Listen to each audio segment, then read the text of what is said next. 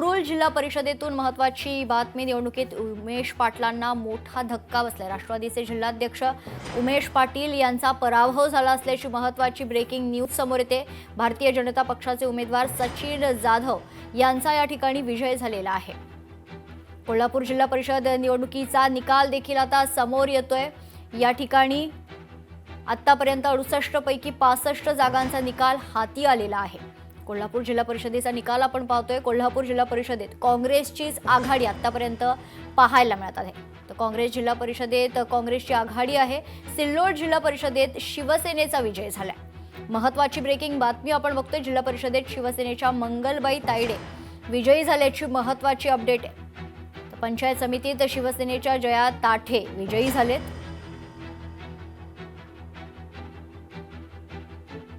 सांगली जिल्हा परिषदेत 61 पैकी 59 जागांचे निकाल आतापर्यंत हाती आलेले आहेत। यात भारतीय जनता पक्ष 17, एनसीपी 5, ठाकरेंची शिवसेना 1 तर शिवसेना 6 जागांवर विजयी झाल्याची माहिती आहे। काँग्रेस 11 तर शरद पवारांची राष्ट्रवादी 17 जागांवर विजयी झाल्याची महत्त्वाची अपडेट समोर येते। रयत क्रांती संघटना 1, जनसुराज्य शक्ती पक्षाला 1 जागा मिळवण्यात यश मिळालंय।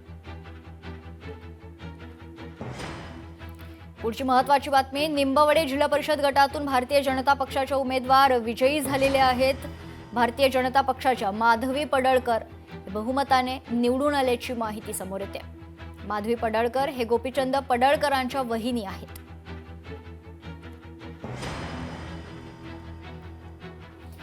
पुढे सिंधुदुर्गात पंचायत समितीमध्ये राणे ब्रँड चालल्याचं पाहायला मिळतं। या ठिकाणी सिंधुदुर्गात महायुतीने आतापर्यंत 87 जागा जिंकलेल्या आहेत। सिंधुदुर्गाचा निकाल आपण पाहतो। या ठिकाणी ठाकरे ब्रँड राणे ब्रँड पाहायला मिळते। भारतीय जनता पक्षाला 54 तर शिवसेनेने आतापर्यंत 33 जागा जिंकल्या।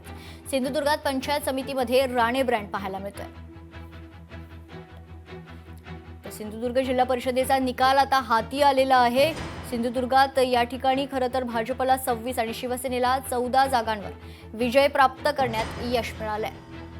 अपक्ष 7, ठाकरेंची शिवसेना 3 जागांवर विजयी झालेली आहे। या क्षणाची महत्त्वाची ब्रेकिंग न्यूज आपण पाहतोय। सिंधुदुर्ग जिल्हा परिषदेचा निकाल आता हाती आलेला आहे। सिंधुदुर्गात पंचायत समितीमध्ये राणे ब्रँड पाहायला मिळतो। तर या ठिकाणी करमाळ्याच्या वांगी जिल्हा परिषदेत राष्ट्रवादी शरदचंद्र पवार पक्षाला भरघोस यश मिळालेलं आहे। शरद पवारांच्या राष्ट्रवादीच्या रुपाली गोडसे विजयी झाल्याची महत्त्वाची माहिती आहे। करमाळ्याच्या वांगी जिल्हा परिषदेत राष्ट्रवादी एसपी हा पक्ष खरं तर या पक्षाची कमाल या ठिकाणी पाहायला मिळते। शरद पवारांच्या राष्ट्रवादीच्या रुपाली गोडसे या विजयी झाल्यात।